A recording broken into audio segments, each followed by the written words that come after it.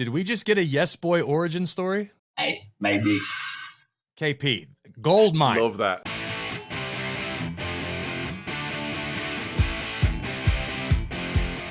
Welcome to After the Bell. I am still Corey Graves, and we have got a pretty deadly edition of ATB coming your way. Emphasis right now currently on the deadly part because KP, I feel like a damn zombie. But Kit and Elton, pretty deadly, will be our guest today. I can't wait to get there. But KP, you know I'm leaning toward the zombie end of the spectrum. How are you feeling? I'm good, buddy. I'm good. I'm glad you're well, too. You're like those Twinkies and cockroaches, man. You'll always be around. What's the story with that line, by the way? You pulled that one out of the bag, didn't you? No. I thought that was a pretty common reference. I mean, at the end of the day, obviously cockroaches. You can't kill a cockroach. Cockroaches just exist. That's like a long-standing joke. And the same thing with Twinkies. Do you eat Twinkies, KP? No. Have you ever had a Twinkie? It's the little red things, yeah. I believe, right? No. No, they're Twizzlers. They're Twizzlers. No, yeah, Twizzlers are not Twinkies. Twizzlers will not last till the end of the world.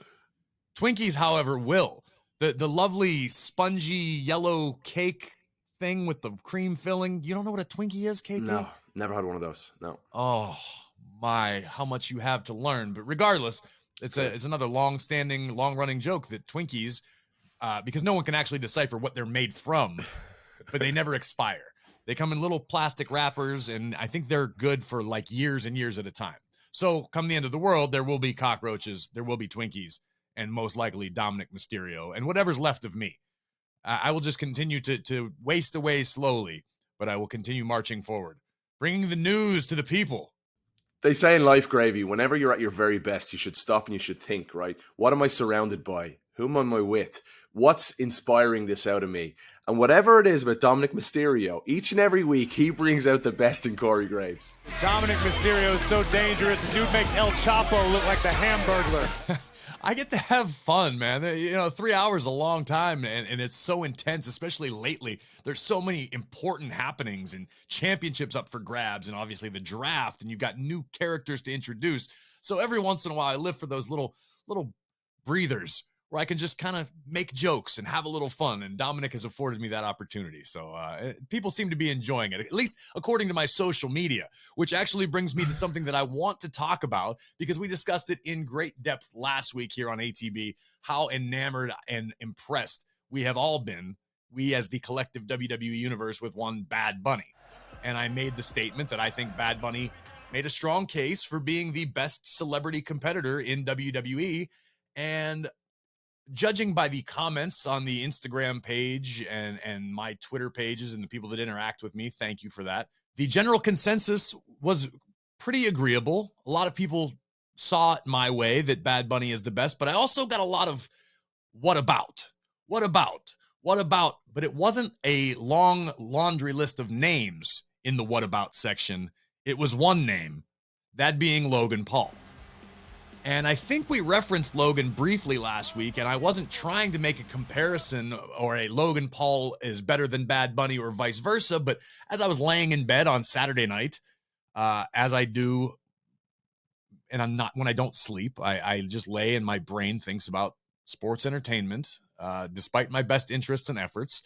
And I thought to myself, there's only one way to settle this debate. And I think WWE is sitting on a gold mine if we have the capability of making it official. I see you smiling, KP. You know where I'm going with this. In the era in which we exist, where everything is a degree of sports entertainment, obviously WWE pioneered the phrase, but if you look around the sports landscape at Logan Paul's brother Jake, who's preparing to fight Nate Diaz, there's a lot more of the entertainment aspect being sprinkled in these days. There are entire boxing cards that are doing big business that are populated primarily by influencers and athletes who don't box primarily. And again, I understand there's purists in everything. There are people who will hate that. There are people in the boxing world who can't stand that. But contractually speaking, Logan Paul is a WWE superstar. Obviously, we've got a great working relationship with Bad Bunny, one of the biggest stars in all of entertainment these days. KP, when are we going to get Logan Paul versus Bad Bunny in a WWE ring? On a premium live event, maybe SummerSlam, Maybe a standalone event. I hear there's rumors and rumblings. I know we're working extensively on trying to do more international shows. It's a hell of an excuse to go back to Puerto Rico, Bad Bunny and Logan Paul, who's a resident there. And I think that might actually be the best way to split the crowd, because judging by what I've heard and read online, the Puerto Rican natives, not necessarily a huge fan of Logan Paul taking up residence on their beautiful island. I could do the battle for the island of Puerto Rico. I mean, come on, stop me when you're ready to agree with me. You don't want to go to Ohio and give Logan Paul a hometown crowd now? Hey, you know what? Let's go to Cleveland. Let's go to the Q or hell, let's go to Jacobs Field or Progressive Field or whatever. Let's do a baseball stadium. Logan Paul versus Bad Bunny is a gold mine. And much like I often do, I am going to try to make everyone see it my way and explain, much like Brock Lesnar and Omos at WrestleMania, that everybody was boo-hooing and pounding their fists and saying, this match is going to stink. I was right. It was awesome. Oh, Logan man, Paul you're patting yourself and on the Bad Bunny. back. And now I am patting myself on the back. This is my show, KP. I wish somebody else would pat me on the back. Nobody else does. I got to do it for myself. But think about this, man. And I know it's a risk. I've calculated and tried to think ahead of all the arguments against. Ordinarily, I would say you take two celebrities from outside of WWE and you put them in the same match. You are cooking up a recipe for disaster. Not Bad Bunny and Logan Paul. I'm saying give them time to prepare. We know how much work and effort Bad Bunny and Logan Paul have both put in leading up to their epic WWE performances. I'm not saying it has to be next week. I'm not saying throwing it on Raw while we're in Albany just because. Make this a spectacle. You will have the eyes of the world watching their every move. Yeah, no question. Tell me I'm wrong, KP. Tell me I'm wrong. You're 100% right, but I want to know what's changed with old weathered gravy. You know, this wouldn't have been you a few years ago, so what's changed? It's funny you bring that up, and I think I've admitted that on this here podcast a time or two, that, yeah, I am still a traditionalist to an extent. Mm-hmm. I like my old school pro wrestling at times, but I'm also, I've been in WWE for over a decade now, and I've learned to see things from a different perspective, more so the perspective of business these days. And again, coming off of the amazing event that was Backlash, that was a huge success, not only financially, but critically. The fans enjoyed it. The WWE Universe enjoyed Backlash and Bad Bunny's performance. After WrestleMania, Seth Rollins and Logan Paul, people were still buzzing about it. On a jam-packed 2-day event, it stood out. It was fantastic. Logan Paul made a lot of new believers. And had you mentioned this to me 10 years ago when I got signed to developmental and I was in FCW, there was a chip on a lot of our shoulders. I've discussed this with numerous guests. I've talked about it with Rollins extensively.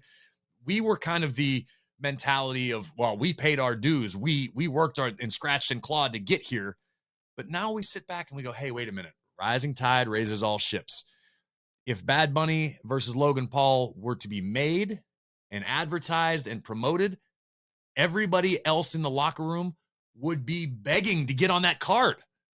Much like anytime Logan Paul fights in the boxing world or his brother, look at, like, again, Jake Paul and Nate Diaz is coming up. There are a lot of up and coming hungry boxers who would love to just have their name on that card because it brings in eyeballs. And at the end of the day, that's what this business is about. It's promotion.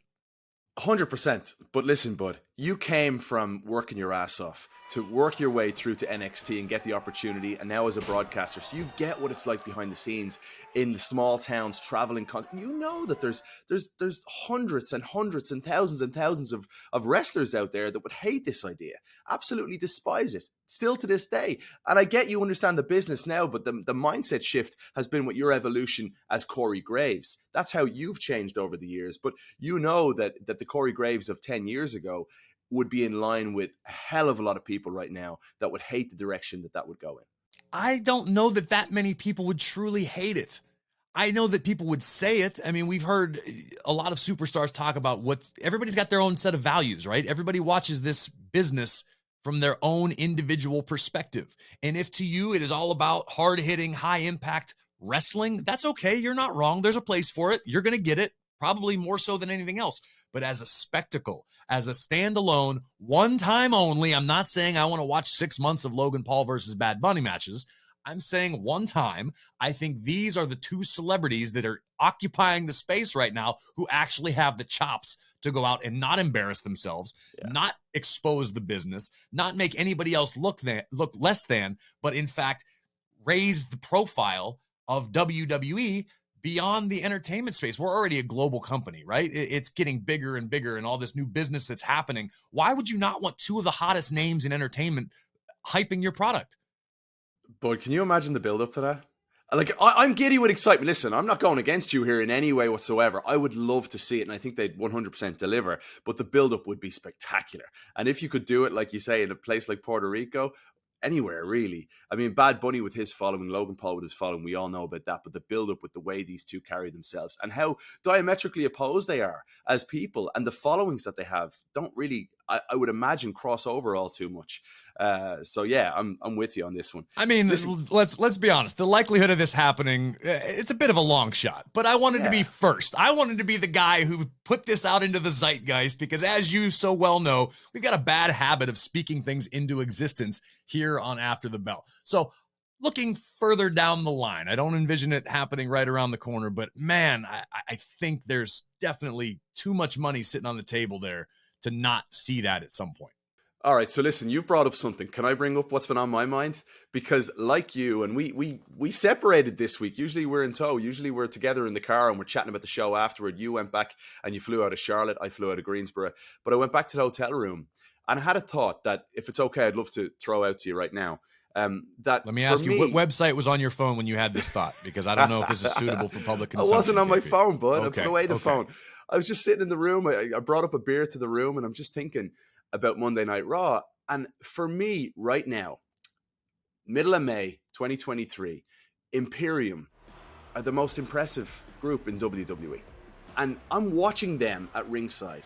I see Gunther come out to the arena, and he accelerated as he got toward you and I, which was a frightening, experience as you saw him jump up on our announce desk. But I was thinking about what they are. And as I learn in this business, I've just grown a massive appreciation for Imperium watching on Friday Night SmackDown, but seeing them on Monday Night Raw up close was something special. And here's why. I think from day one, we knew exactly what Imperium was, right? Incredibly successful in WWE in the UK, and they come over, of course, to SmackDown within 3 months. Gunther becomes the Intercontinental Champion. There's been no shaking this guy. It doesn't matter what you seem to throw at him. And we're talking epic matches. And in an era and an age where everybody's capable of the spectacular, there's something old-fashioned and simple about what Gunther does. But it's not even that. It's his ability on the microphone, for me, is outstanding. The ability to recognize the pause and know what he is. He does exactly what it says on the tin. Do you know what I mean? Like what Gunther is very simple, but it's incredibly effective. And then you throw in the fact that Vinci and Kaiser are lockstep in motion with everything that Gunther's doing. Yes, they're incredibly different personalities. Sure. It's not like you've got three Gunters walking out there together. No, they're so different, but they're lockstep in everything they do together. Kaiser's introduction for Gunther the other night, I'm watching him. And that appreciation of the pause and that suspense. And then Gunther, the way he commanded the crowd's attention on his first night on Monday Night Raw. Man, that's an impressive group right there. And Gunther, for me, he's right up there instantly within the first year of arriving on the scene. I don't know what you think. I'm not going to disagree. You prefaced it as though it was going to be a hot take that I would have an argument against, man. I'm in lockstep with you in your opinion on Imperium. I've been so impressed. I have gushed about Gunther on this show for basically since the beginning, since he arrived in NXT UK. I think dude is just money in every aspect. He has that believability about him. Gunther is Gunther all day. I mean, you see him backstage. Yeah. He is as stoic and impressive and almost regal in the way he moves. And they are a cohesive unit. They are inseparable. They travel together. Everything about Imperium is functioning on an extremely high level. I totally agree with you. I don't know that I can say yet that they're more dominant than the bloodline, but I Not definitely think not dominant for me right now. And the reason they're clearly not more dominant than the bloodline. And there's an argument to be made for the Judgment Day. Correct. Yet. But there's something about how, and I mentioned Lockstep in Motion. There's something about how just impressive they are as a unit. And the presentation. They know exactly who they are, you know, and it runs deeper. You guys had Gunther while I was away at my brother's wedding, I believe, or it was after that. You guys had Gunther on the show here, and he talked about the deep roots of Imperium and Kaiser's father and how the mat is sacred. There's something special about that. And we often don't get that with our characters at WWE, but there's something deep and rich in this story that we can dive into on commentary and the fans can absolutely absorb. And I really appreciate that. For me right now, as I said, they're the most impressive faction in WWE. It reminds me of a quote. I believe it's a Kid Rock quote. I read it somewhere when I was in high school, but it always sort of resonated with me. If it looks good, you'll see it. If it sounds good, you'll hear it. But if it's real, you'll feel it. And I feel Imperium. Yeah. Gunther sends shivers down my spine, even though I know that professionally speaking, I'm not in at any risk when the ring general comes to ringside, but you can't help but watch in awe of the brutality he's capable of. And I wonder, I don't know him very well. Do you think Ludwig Kaiser speaks in that voice all the time? I want to go to dinner with Kaiser and hear him order off the menu. Ladies and gentlemen, I'll have a number 2 with cheese and a Diet Coke. Dude, that's really good. That's really good. I'm a man of many talents, KP. You know, man, I got a trick or two up my sleeve. Do you know though? It goes the character of Gunther, man. I really do believe like he's not cruel without purpose, you know? Like, there's something about him that he's nearly soft-spoken. He's cruel with purpose. You understand his cruelty because you're like, yeah, this guy wants everything to be perfect, so he's going to beat people up until he gets it that way. I like it. Like, he only turned on Kaiser once throughout his entire time in the main roster of WWE, if you want to call it that. And that's when Kaiser lost the match, you know? And it's when Gunther decided, well, this isn't acceptable. So there's something incredibly militant about him, but that he also gives respect when that's warranted. And I'm just all in on Gunther and Imperium. I love it. Look at KP coming around to the dark side, seeing things through the proper lenses of the world. Yeah, man, there's a lot to be excited about. Monday Night Raw, we saw a lot of different faces, a lot of new faces. We saw Imperium as a whole. We saw the Ring General's official Monday Night Raw debut as he appeared before the Battle Royal, which was won by Mustafa Ali. Ali now headed to Night of Champions to challenge Gunther. And I'm an Ali guy. I'm a fan of him as a human being and as a superstar, but you got to know when to fold them and know when to walk away. I mean, I have a feeling Ali's trip to the Kingdom of Saudi Arabia is going to be a painful one, courtesy of the Intercontinental Champion. But like we mentioned, the landscape's looking different. We talked about how different everything was going to be in the wake of the draft. What else stood out to you Monday night, man? Well, you said you got to know when to fold them, know when to walk away. I think you could make the same case for Cody Rhodes, right?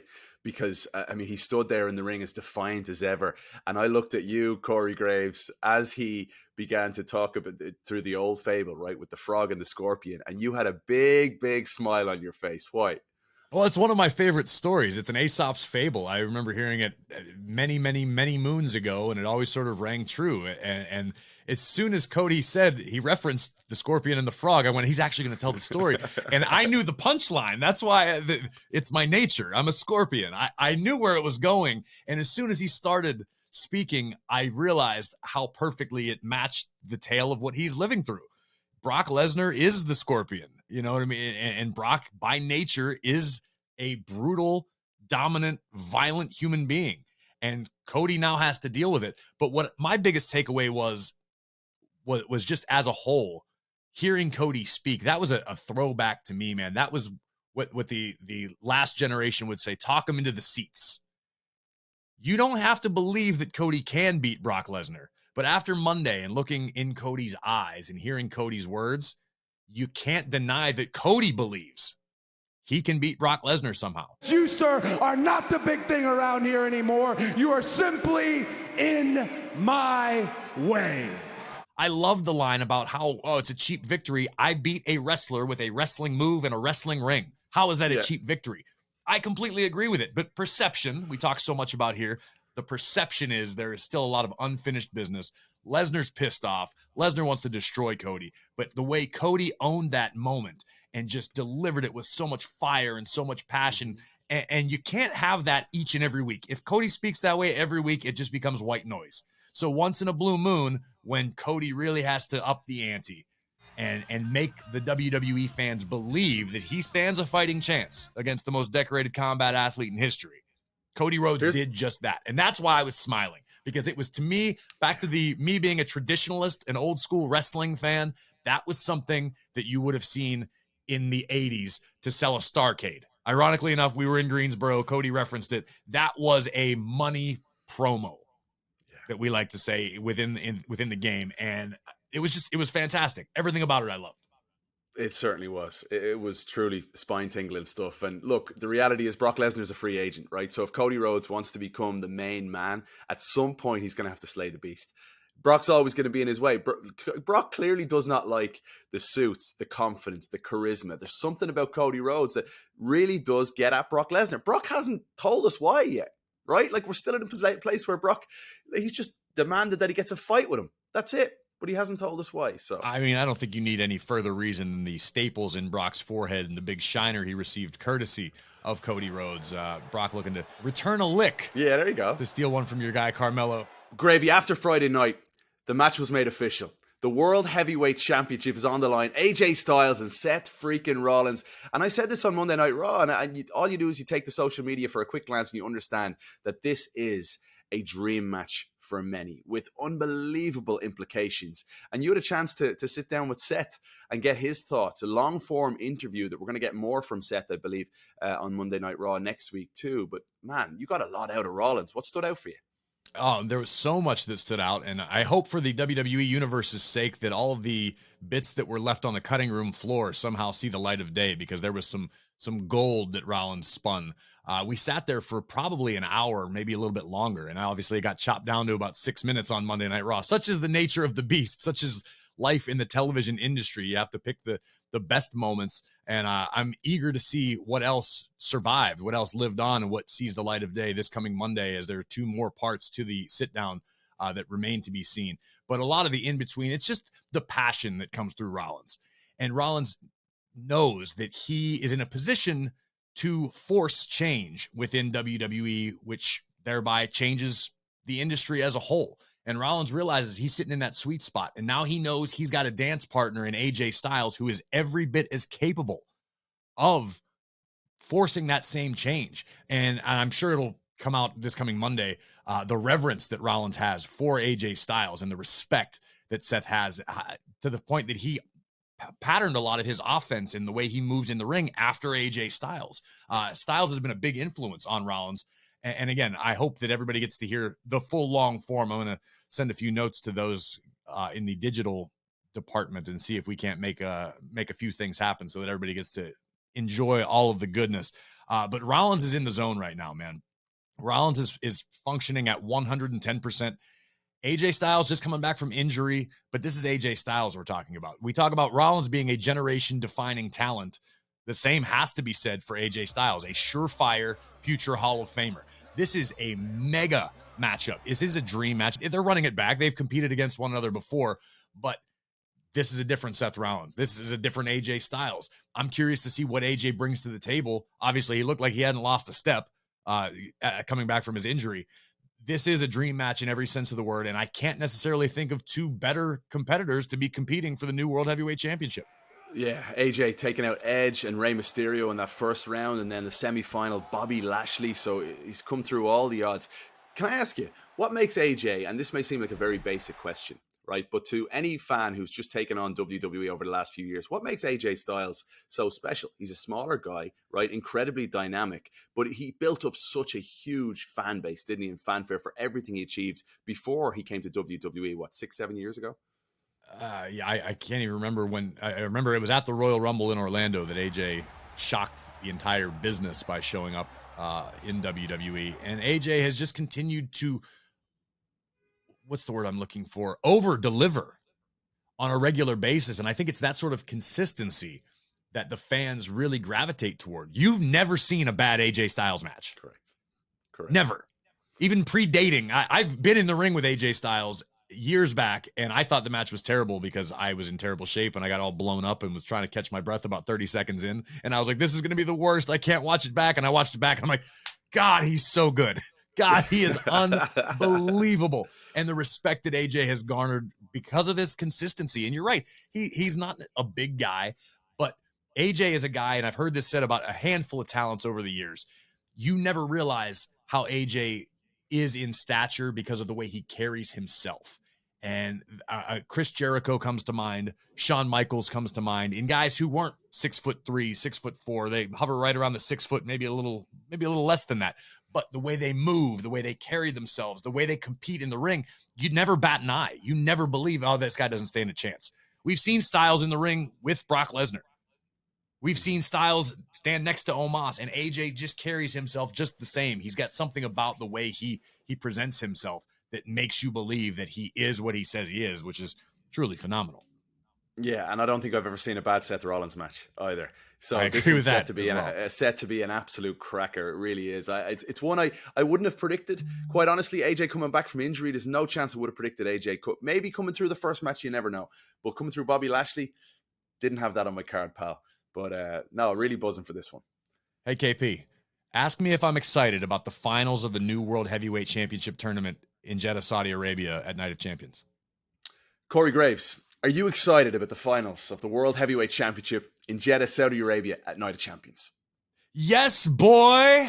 Almost as excited as I am to welcome in our extremely special guests here on After the Bell. If you've been listening for a while, you know they are both favorites of mine. They are brand new draft picks to Friday Night SmackDown.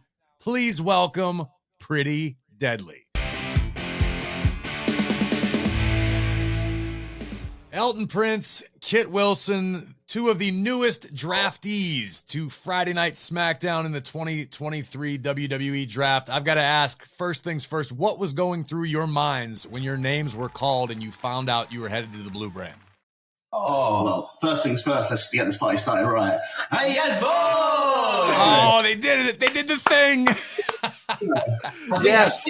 Because when I heard the call, there was two words going on in my brain, and that was a yes, a boy. I was pumped, you know. We were working towards this for a while, and big road dog himself, you know, he said our names, and a beautiful day. I can't complain.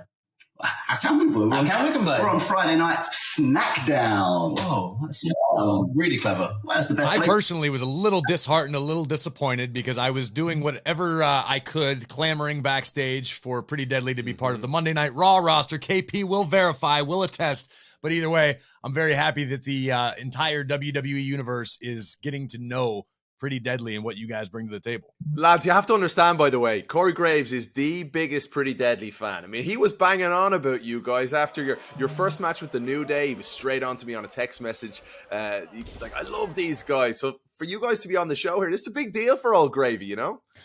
Well, all I can say is, former NXT Tag Team Champion recognizes former NXT Tag Team Champion. There you go.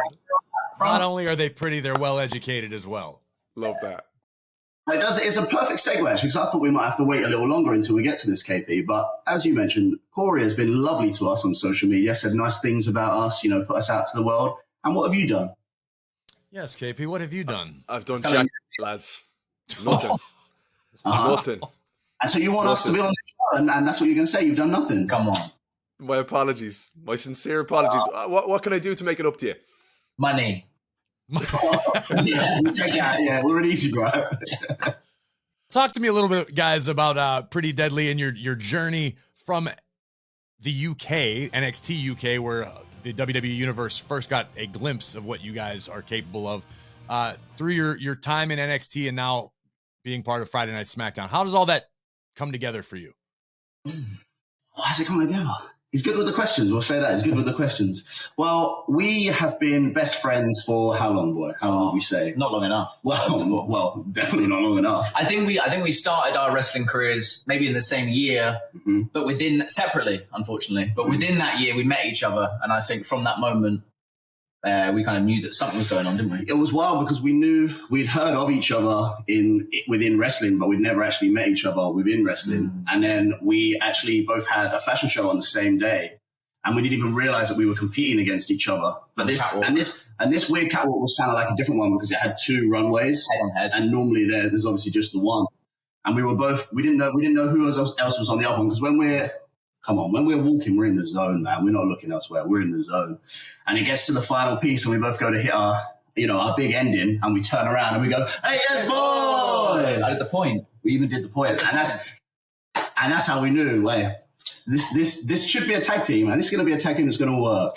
And of course, it did work. It did work. We got into NXT UK, and we felt like that brand was like an unsung hero in the WWE universe. It was like the best pure wrestling brand. But then, us seeing that, we thought, well, here's our market to be the entertainers of the show, to be the color, to be the pizzazz, to be the zhuzh. And I think that, I was just going to say, to have that certain je ne sais quoi. So we really felt like we stood out there in a good way for us, for NXT UK, and we could show our abilities not only in the ring, but kind of outside. And that got us across the pond. That got us to NXT. And it kind of steamrolled from there. A beautiful steamroller. Yeah, because I don't know if you guys remember, but on our debut, we won the NXT Tag Team Championships, which is actually, that was history making, actually, which is quite, it was an achievement. It's pretty cool, yeah. And then a couple months later, we unified the NXT UK and the NXT Tag Team Championships. Yeah, that was pretty cool. Yeah, and we're the only team to have done that, which is, again, pretty cool. Extremely cool. Extremely cool. Thank you. You guys are in unison in everything you do, right? What else do you do in your daily lives that is so telepathic? Because you seem to be so lockstep, Gravy. We're bringing up this theme again. We were talking about Gunther earlier today. But for you guys, are you living together? Is this what's going on here? Oh, yeah. We've got a couple of properties. Here is one property. Here's base one. Here's base one. Base two is lovely. But we always say, me brain. The soup brain. We're always in sync, We kind of... we'll sing songs together, but we've got separate parts. We like to duet. We love to duet. Well, and we've got a good system as well. Like I'm better at breakfast, aren't I? Yeah, and I'm more of a lunch and dinner man. Lunch and dinner guy. I make the best scrambled egg. Come on, my scrambled egg. KP, you'll never. Well, I won't say never, but how you're acting so far, I don't know if you'll try. But Corey, whenever you're free, come on, lads. I love a good scrambled egg. I'll make it up to you. I promise. Yeah. You haven't done enough, KP. This is what we like to call too little, too late. I've received the invite. I will move heaven and earth in order to partake in the scrambled eggs of Pretty Deadly. But I understand my shortcomings now, lads. Give me time. It just takes a little bit of time, I promise. Words, isn't it? It's just words. Kevin, I think Corey's getting egg on toast, and we describe you as a beg on toast. Yeah. Wow. Yeah. You're not coming back from that, KP. Eggs on toast for you, KP. No, I'm not. But listen, guys, when it pertains to the draft, was there any doubts at all creeping in for you guys, or were you always so confident that you were headed to either Raw or SmackDown? Well, the draft story is very funny because obviously nobody knew, but we were, For those watching the NXT product, there was an attempted murder against us the week before. There was. And up until the draft, no one actually knew that luckily me and Kit are the best swimmers in the world. We actually grew up giving Michael Phelps someone to race with while he was training. That's just sort of something we haven't really bragged about before. But we managed to make it out there alive. You're all right.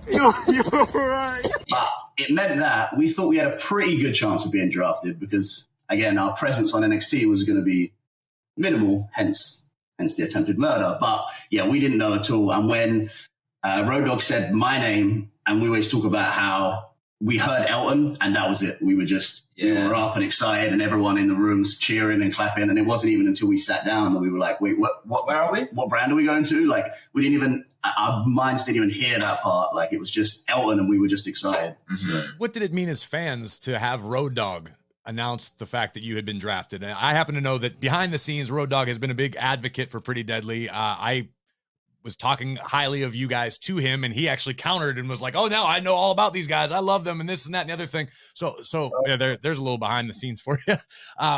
What did it mean for you guys to hear that?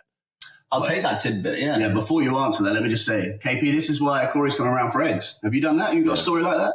No. No. Right. I'm moving. So don't complain. Then. Come on. You know what you've done. You know why you're here. So the Road Dogg himself, a legend of the game. Obviously a super successful tag team, and that's something we're always focused on watching and learning from. And Road Dogg, in his team specifically, was an entertainer first and foremost. So yeah, to have him kind of put our name forward, it felt special to us. And we've kind of had a small conversation with him over text, but we've not met him in person yet. So I assume when we meet him in person, he's getting that big old handshake and a thank you, sir. And I look forward to working with you. I'm excited. Very, very cool. I have to ask you guys, how did you tap into your ability to entertain? That's not something that comes naturally to everybody. We have a lot of wrestlers in the world, but very few people who are as in touch with the ability to just, when the red light turns on, just be the best version of themselves. Is that something you guys have always been able to do, or is it something you had to work at? I'd say it's something that has maybe like always been a strength of ours, like across the board. Oh yeah, go on. Well, you got something. He just excites me. Look how happy he is. I feel like when you ask a question, I know what he's going to say. We both had that as a strength in us, but when we came together, just talking to each other, like playing with each other, doing a sport, doing an activity, we get excited and we just kind of hype each other up. And it's almost where, you know, the yes boy came from. We'd be like, yes boy, and that excites the other one. And he's kind of like, yes boy. And I think we just build each other up. And maybe that's cliche. And Did maybe we just get a yes boy origin story? Hey, maybe. KP, gold mine. It is a gold mine, KP. But Come you know on, what, though? try to You're keep touching- up.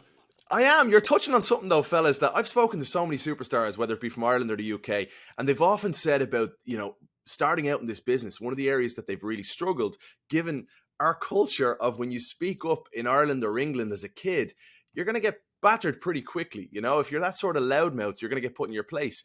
And that's been the struggle versus Americans. I'm just being honest. I actually learned that from my old tag team partner, Neville in NXT, Yeah. that he actually explained that it was just a cultural thing. It was really, really interesting to me. Yeah, but you guys didn't feel that at all? You guys always had that confidence?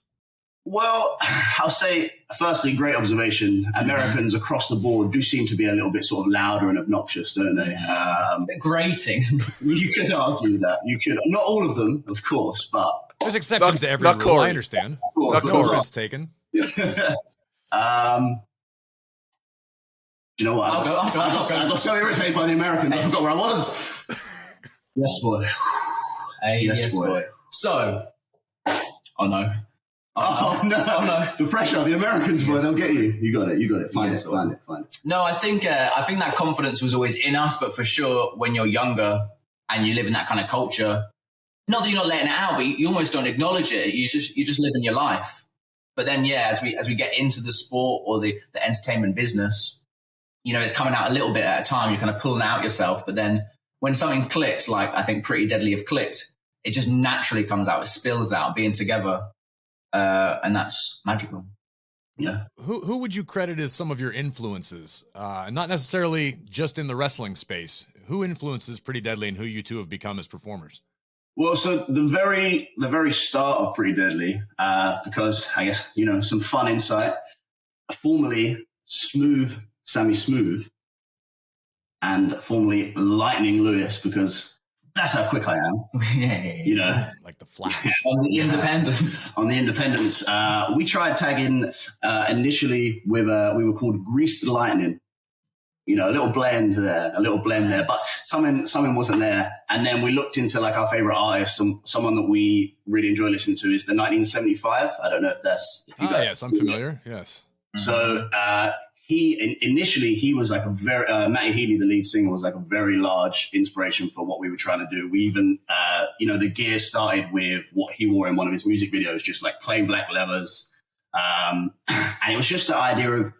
Which is what I think we're trying to portray now more so than ever, obviously as that confidence increases. But it's just that you just looked at him and no matter what he did, no matter what, like, I guess like a stereotypical or a generic comment from people would be towards him, he just didn't care and he just does everything with confidence and he's having fun. So it just means that it just kind of rules out anything that anyone can say, because it's like, you know, what negative comments can you have to someone who's enjoying themselves and is just being confident who they are? Like there's nothing to say to that. And I think we really took inspiration from that. And that's what we are trying to portray now, basically, is that these characters, so that you see on screen, it's just who we want to be, but now we have the confidence to be it.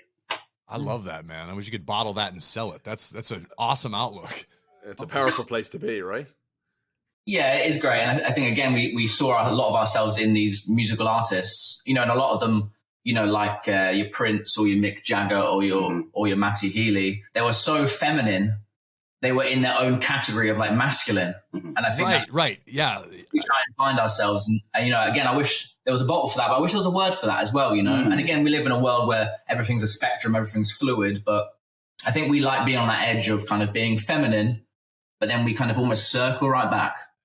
Yeah, That's right, because you just have that much confidence. It's Mick Jagger, it's Iggy Pop, that whole, I love it. That's fantastic. Yeah, and we're trying to find our own realm with that in that WWE, you know, bubble.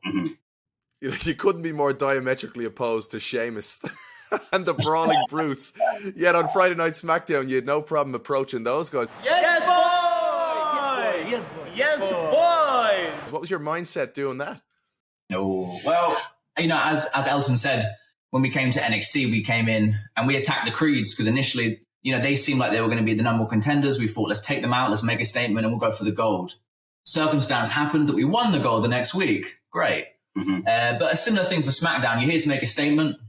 The Brawling Brutes are one of the best up-and-coming tag teams. You know, no doubt they're going to be number one contenders any day now, so let's take them out. We potentially take out Sheamus in the process, you know, a legendary performer who we've grown up watching.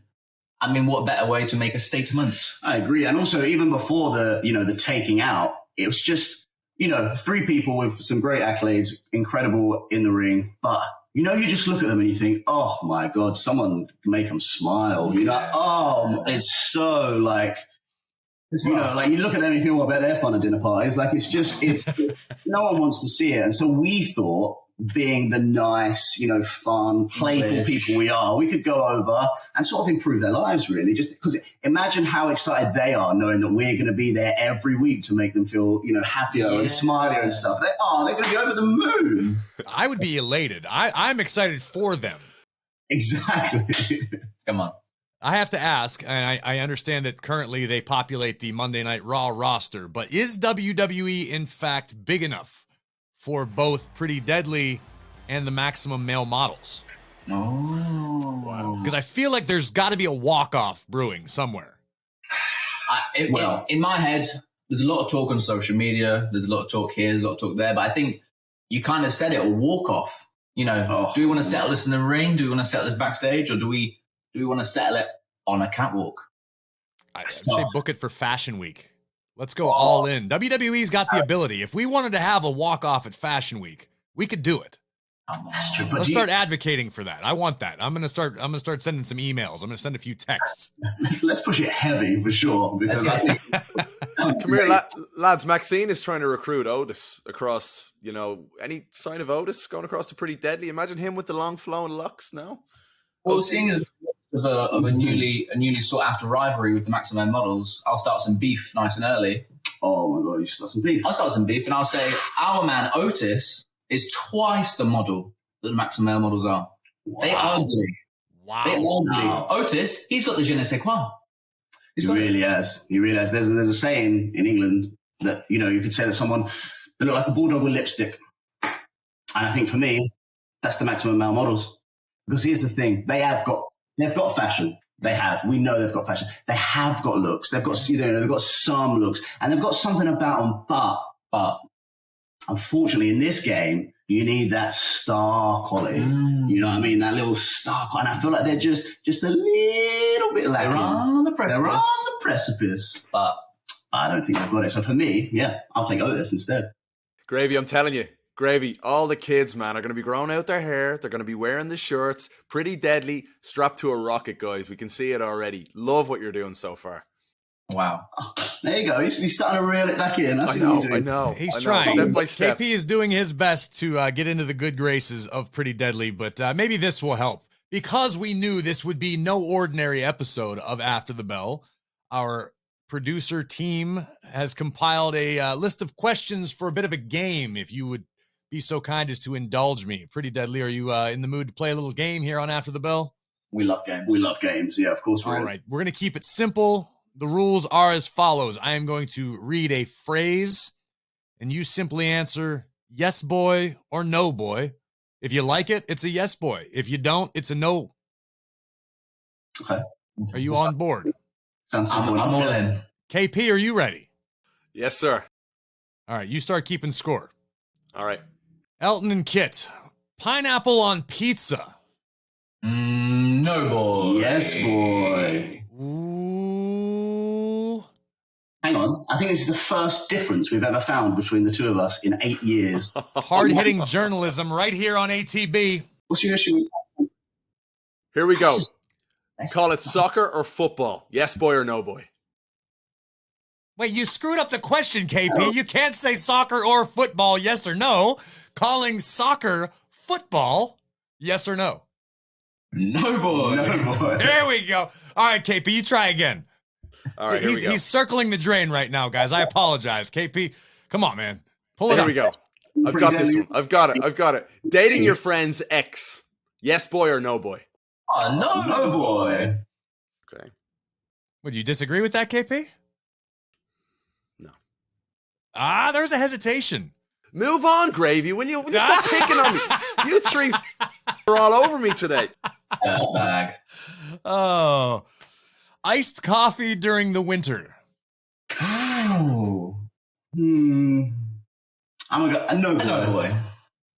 Oh, boy. You like to keep it hot, even in the Florida weather? You want to get warm. I think there's just, there's a comfort that a warm coffee brings. And It's Christmassy. It's really Christmassy. Yeah, it is. Singing in the shower. Yes, boy, or no, boy. Oh, yes, boy. I would have been disappointed if that had been a no. Oh, you get some concerts here. I tell you, if you come at the right time for this scrambled egg and Kit's in the shower, Corey, you're going to hear. I'm going to book my travel right now, KP. You want to just What are you singing in the shower? Bonnie Tyler, Total Eclipse of the Heart? What's going on in there? Well, just this morning I was singing Jeffrey Osborne, On the Wings of Love. Wow, to be a fly on the wall.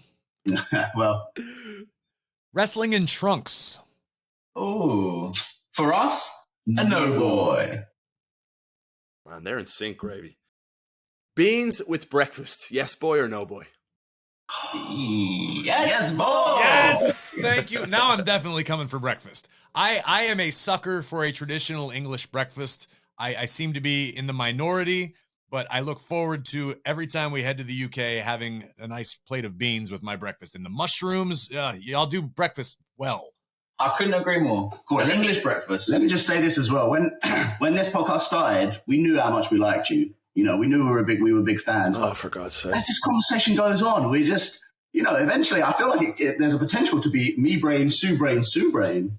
Wow. That's how it feels. That's how Well, I can tell you this much. As soon as we are finished with this interview, I'm cutting my shirt in half. And it's going to at least be a step in the right direction. I'm going to have to, tighten back up a little bit, but that's definitely where we're going. KP, don't be surprised for me to show up on Monday Night Raw wearing a lot of mesh. Oh, yeah. Please do. You should go across to SmackDown as well. That's where the lads are. Trying to get rid of me already. Like, we hurt KP's feelings. Wow. This is unbelievable. Man. What do you got, Gravy? Visiting Piccadilly Circus. Oh.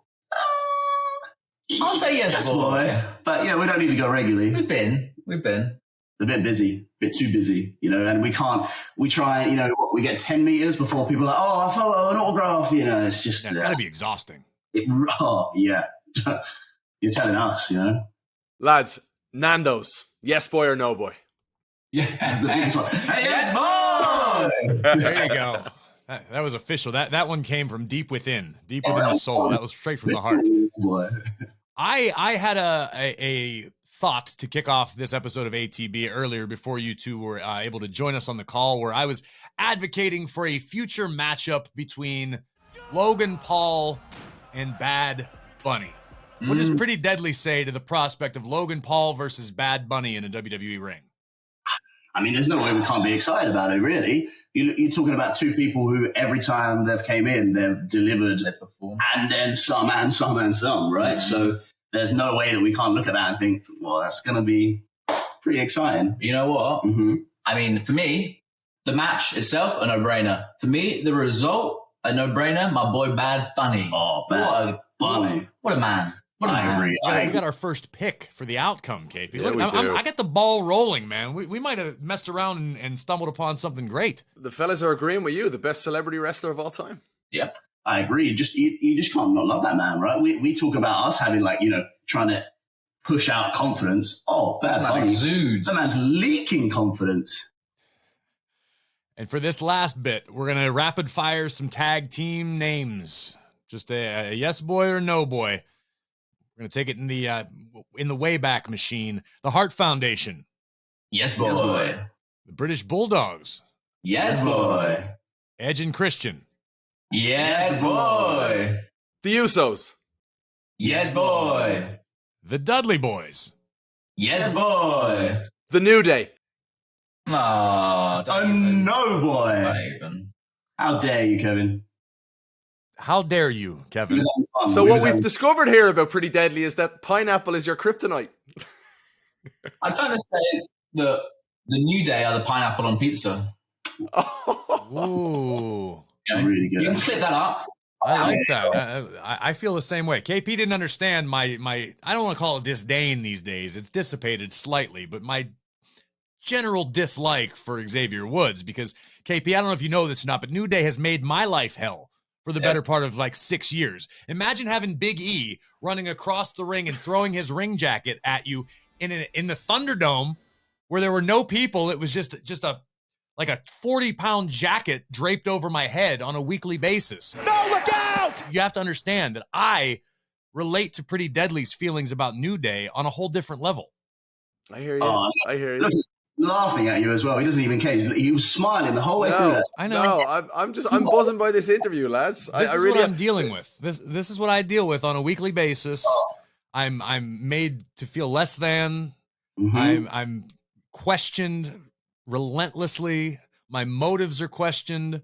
My knowledge of the business is questioned, all by the Irishman who just shows up. I feel like this needs to be a longer podcast. You need to get more off your chest here, Gravy. There's a lot more going on. Listen, we'll go to group therapy. Me, Pretty Deadly, scrambled eggs, beans. We'll have ourselves a day, KP. I can't wait. Booked. Well, Kit, Elton, we are excited, as we all should be, for the arrival of Pretty Deadly on Friday Night SmackDown. What can the WWE Universe and the After the Bell listeners expect in the coming weeks and months? Wow. I mean, you want to start? I was just going to roll a few bits off because I got a little bit excited. They can expect the tastiest snacks for the WWE. They can expect 2 killer queens. Yes, boy. The Rum Tum Tuggers. Yes, boy. The Dandy Highwaymen. Yes, boy. To bring a certain entertainment that you can't see anywhere else, not just within wrestling, TV, film, whatever it is. The only place you can see this level of entertainment is Friday Night SmackDown. We got round it up for me. Round it up. When it's all said and done, Pretty Deadly on the main roster, SmackDown One Day Raw, we'll be holding gold, we'll be turning our hips, and we'll be pointing, and we'll be shouting, a side plate check.